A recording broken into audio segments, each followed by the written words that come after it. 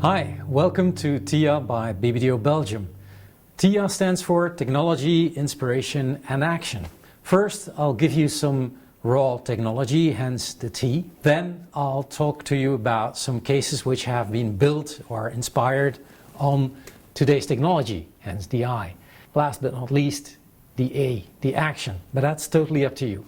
T.I.A is the best way for you to stay in the know about how technology changes our behavior and the way we communicate. Welcome to episode 1. Do you know what a drone is? It's a neologism, of course. It's the offspring of, on the one hand, drone, on the other hand, selfie. So it's a selfie taken by a drone. NEILHARBISSON is the winner of Intel's Make It Wearable competition. It is still an early prototype, but now that it has won the $500,000 prize, it'll probably make it to production. There are moments we want to share and remember. Imagine a camera that goes past your arm's reach. Imagine a camera that gives you a new perspective.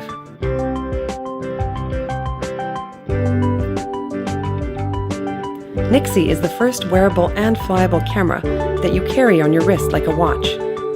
Unfold the flexible bands and NEILHARBISSON is ready for takeoff.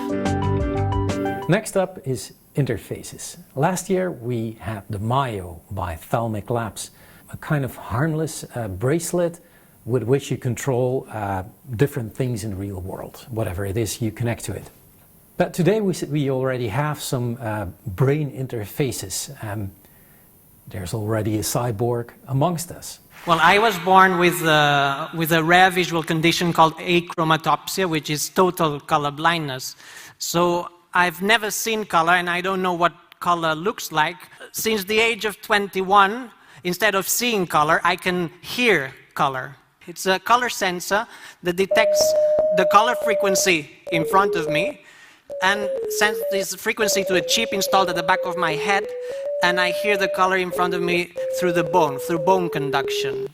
And then there's Jonathan Viventi, a young man, 32 years, who has developed a brain electronics interface, and it's meant to help out with people who suffer from epilepsy. It renders very high resolution images of the electricity of what's happening in your brain when you're having a seizure. The world's simplest user interface still is a button. Can you still do innovative things with a button today? Well, with everything being connected to the internet, a simple push can create a cascade of meaningful events. Have you ever wondered what life would be like if everything around you just simply works? We're proud to bring you the button, the world's simplest user interface.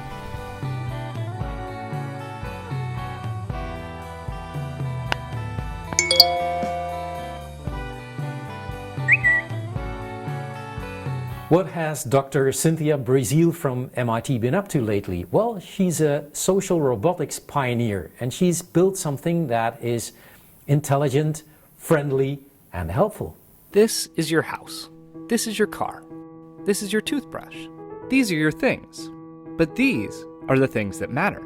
And somewhere in between is this guy. Introducing Jibo, the world's first family robot. Say hi, Jibo. Hi, Jibo. Jibo helps everyone out throughout their day. He's the world's best cameraman. By intelligently tracking the action around him, he can independently take video and photos, so that you can put down your camera and be a part of the scene. Jibo, take the picture.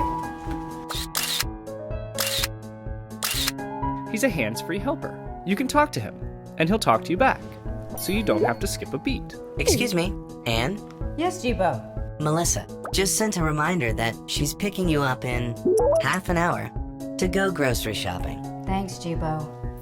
Technology is one thing, but what do people do with it? Maybe you're familiar with the band Alt-J. For the new album, This Is All Yours, they came up with a pretty brilliant idea. They made sure that none of their music could be previewed on iTunes, Qobuz or Bleep or you name it. Instead, you had to download an app and physically go to specific places, mainly parks, where you could listen to their music. Simple but brilliant idea. Is there something like an interface between our brains and technology? Well, last year I read 12 Tomorrows by MIT. 12 Tomorrows are visionary stories with today's technology. The story that stuck with me is Insistence of Vision by David Brin. And in that story, criminals are no longer put in prison. Instead, their eye sinews are severed and replaced by Google glasses, which are connected to the brain. They're able to see as long as they stay within a certain perimeter, and when they leave that perimeter, they're blind. Kind of grim, but it doesn't always have to be like that. There's this other interface, the MIO by Thalmic Labs. And the Berg School of Communication in Sweden, I guess, came up with this brilliant idea. They call it Google Gesture. Mind you, it has nothing to do with Google, it doesn't exist yet, but the way of thinking behind it is simply magnificent. Say hello to Google Gesture, a service that translates sign language into speech. Using electromyography, it analyzes the position and muscle activity in both your hand and forearm. This means that Google Gesture can identify exactly which sign you are making.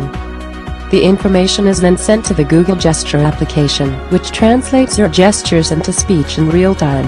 What you're gonna see next is no computer-generated imagery. It's a registration of a live performance.